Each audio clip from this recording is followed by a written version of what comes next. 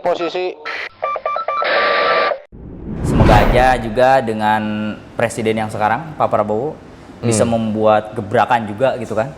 Gimana gebraknya? Iya, gebrakan dengan politik internasionalnya lah gitu yes. kan. Ya iyalah, Pak Prabowo jadi presiden, timnas Indonesia itu lolos Piala Dunia, saya yakin luar biasa. Jadi Pak Prabowo presiden, Indonesia lolos Piala Dunia?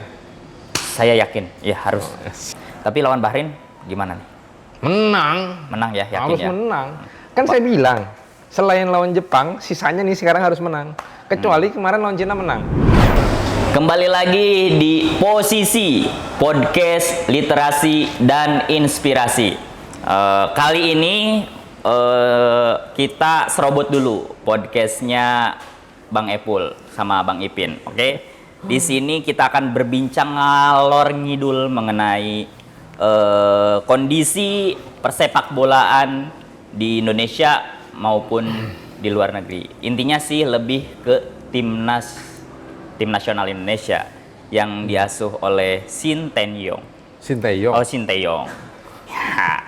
Mungkin Gue nggak dikenalin dulu. Oke, kita kenalkan dulu ya. Di samping kanan saya di sini ada Bang Risan. Halo. Atau yang disapa dengan sering disebutnya Bang Encek. Mungkin bisa dijelaskan Bang Risan mengenai kondisi tim nasional Indonesia saat ini sudah memasuki fase yang memang kualifikasi Piala Dunia yang luar biasa ini, Pak Rishad. Gimana menurut Pak Rishad di kualifikasi Piala Dunia ini? Berat. Untuk lolos Piala Dunia, kayaknya berat. Maksudnya untuk langsung lolos dari juara grup atau runner up, itu berat. Paling realistis itu peringkat 3 sama 4. Apalagi kemarin kita kalah kan sama Cina di waktu away ke Cina tuh. Nah, sementara besok tanggal 15 ya? 15 atau 14 November? 15 ya. 15 apa 19? Kita lawan Jepang di Jakarta. Jepang, ya.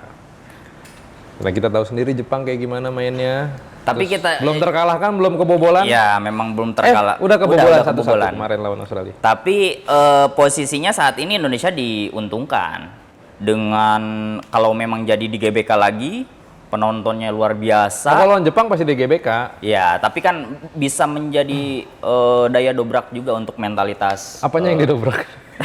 didobrak aja dah pokoknya dulu.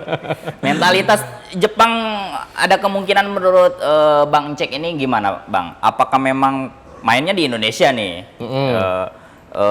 Penontonnya luar biasa banyak pastinya juga kan? Penuh lah. Ya. Terus mentalitas pemain Jepang tersendiri menurut Bang Cek ketika main di GBK atau di Indonesia ini gimana melawan timnas? Ya, Jepang pasti punya mentalnya lebih bagus karena dari 27 atau 24 pemain gitu atau 26 pemain itu 22 diantaranya main di Eropa. Nggak ada yang main di Liga Domestik. 22 pemain ya, hampir starter itu. 22 orang. Tapi pelatih Jepang pernah bilang kalau yang akan lolos Piala Dunia dari zona Asia nih dari grup apa sih kita tuh grup C ya? Ya. Grup C itu Indonesia sama Jepang. Mudah-mudahan aja terjadi. Ya, semoga aja. Tapi balik lagi, kemarin Indonesia menahan imbang terus dari mulai Australia. Kita langganan Piala Dunia kan sama Saudi. Arab Saudi. Kita menahan imbang juga sama Bahrain walaupun mungkin kalau kata netizen itu dicurangi lah oleh si wasit Ahmed Al-Khaib itu kan, si botak itu. Kayak saya ya botaknya. Jadi pandangan abang tersendiri ini Cina selalu kalah kemarin itu. Tiga pertandingan kalah terus. Tapi melawan Indonesia malah Cina mendapatkan poin 3 itu. Itu gimana tuh? Kalau Indonesia sendiri. Ya pasti Cina punya motivasi lebih ya. Dia dibantai sama Jepang 7-0. Terus sama pokoknya intinya belum pernah menang sama Saudi kalah. Saudi ya. Sama Jepang 7-0 sama Jepang. Tapi punya poin 3. mengalahkan Indonesia. Tapi Indonesia kan masih di atasnya Cina. Ya, Karena jumlah agregat gol. mungkin agregat ya. gol. Agregat gol. Ini ini nih kita lebih fokus dulu nih jelang melawan Jepang ini. Menurut Bang Injektor sendiri, pemain Jepang udah tadi dibilang ya, mentalitasnya pasti terjaga walaupun main dimanapun itu, gitu kan, dengan penonton terbanyak juga gitu kan. Tapi tadi sempat dibilang pelatihnya Jepang juga kan sempat berbicara juga ada hal yang berbeda ketika melawan Indonesia, apalagi di kandang sendiri gitu kan. Berapa kosong kira-kira nih kalau nanti lawan Jepang? Kalau lawan Jepang dapat poin aja udah bagus. Dapat poin aja udah bagus. Imbang ya, imbang dan mencetak gol. Habis itu 4 hari kemudian kan kita lawan Saudi juga di Jakarta. Ya, di Jakarta. Lawan Saudi. Nah, mungkin lawan Saudi itu bisa menang. Artinya berharap dari Bang Jack tersendiri lawan Jepang syukur-syukur bisa imbang lah ya. Bisa imbang. Jangan kalah lagi lah. Jangan kalah lagi. Tapi kalau lawan Arab Saudi masih bisa menang. Masih bisa menang. Nah, Arab Saudi ini udah ganti pelatih nih.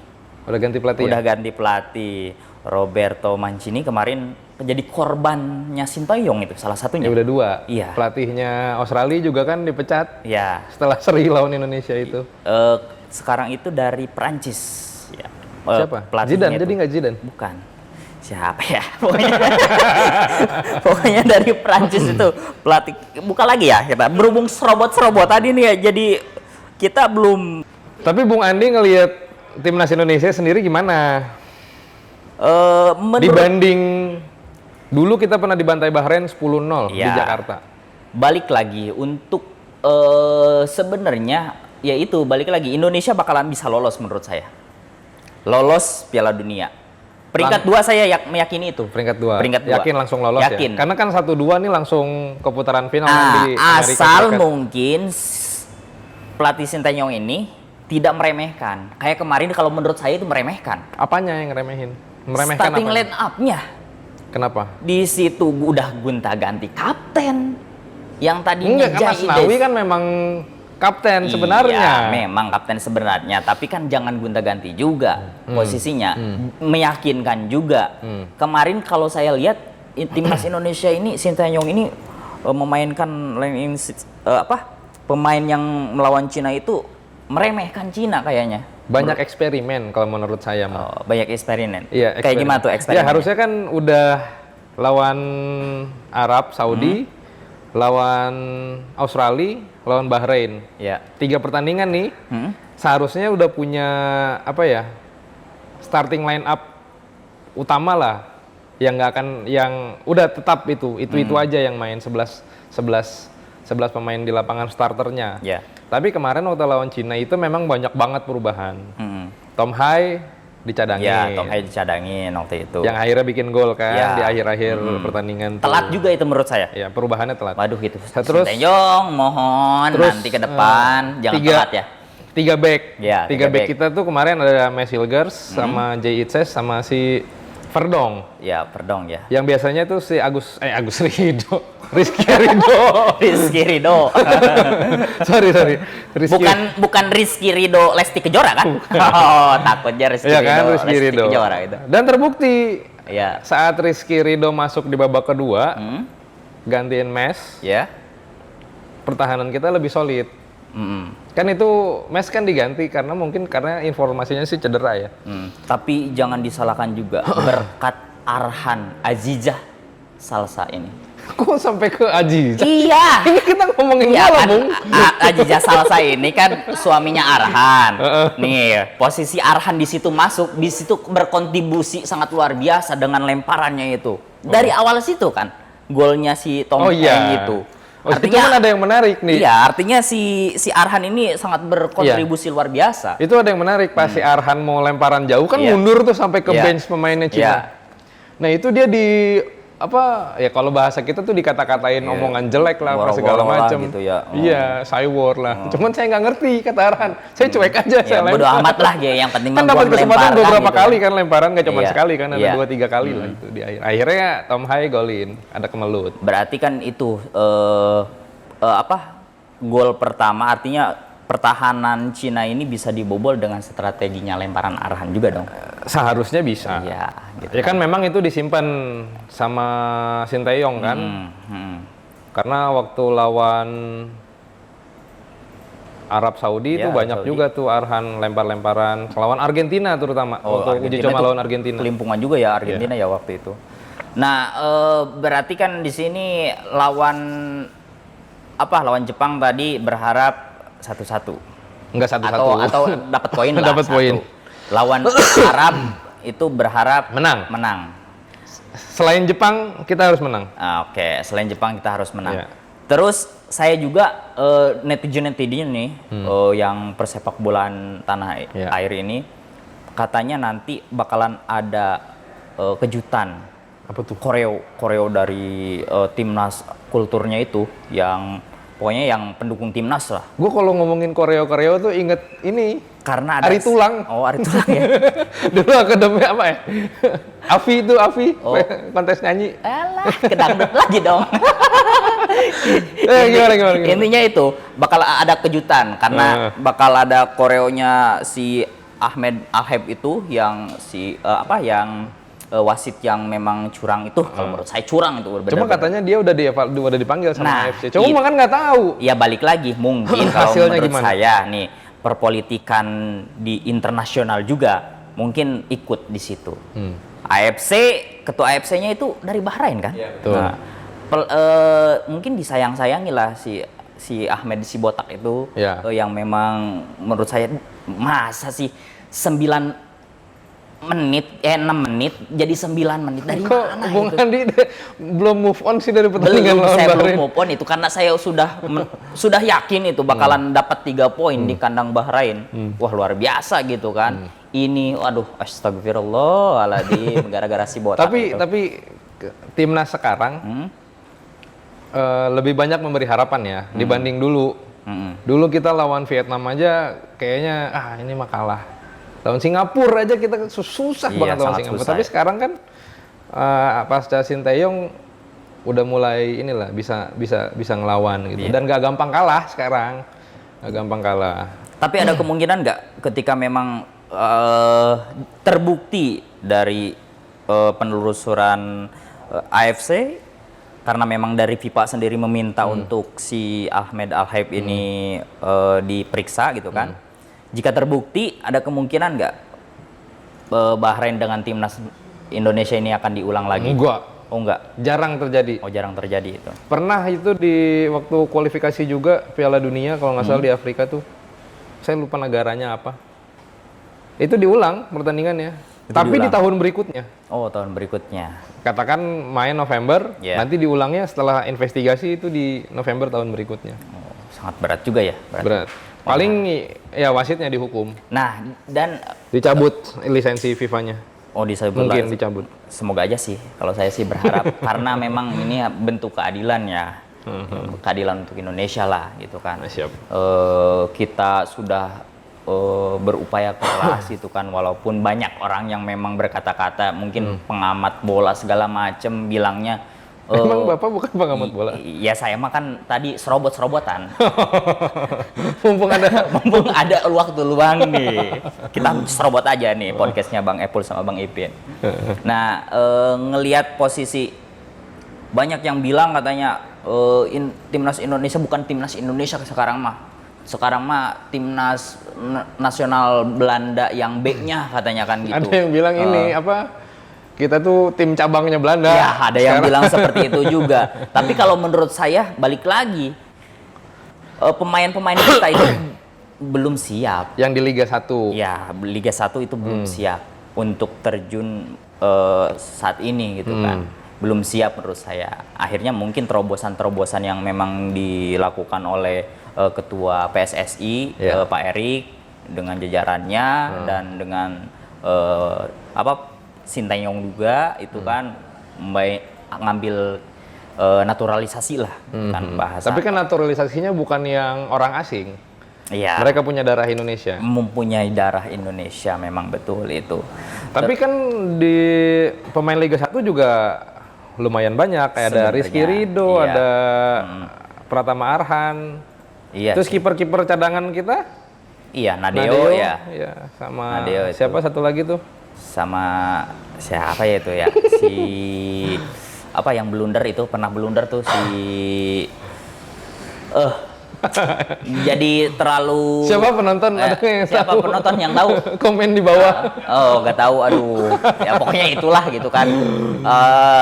Ya artinya adalah tim nasional maksudnya yang Liga 1, tapi punya standar yang bagus. Nadeo satu. Nadeo Arga Iya. Winata tadi. Itu Nadeo kan Hernando Ari yang kemarin sempat blunder itu ya. Yes. Kalau nggak salah ya, blunder. Ya itu manusiawi lah. Dia juga manusia kan, bukan robot. Ya balik lagi, nggak bisa seperti itu kalau menurut saya. Dia pemain tim nasional Indonesia, bos. Kalau memang berbicara sudah profesional.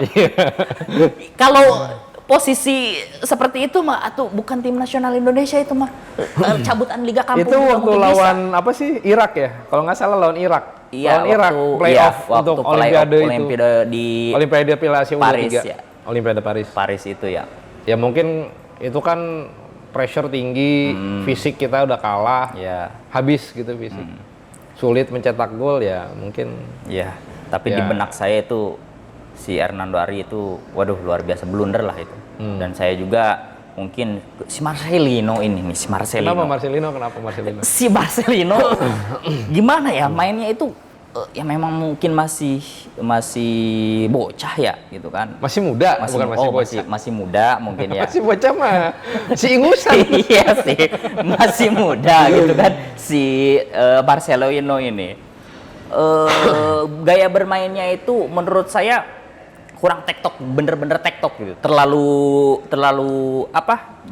Dibawa sama dia terus gitu. Ya memang dia skillful pemain. Itu kan dia pernah masuk di media, salah satu media di Jerman.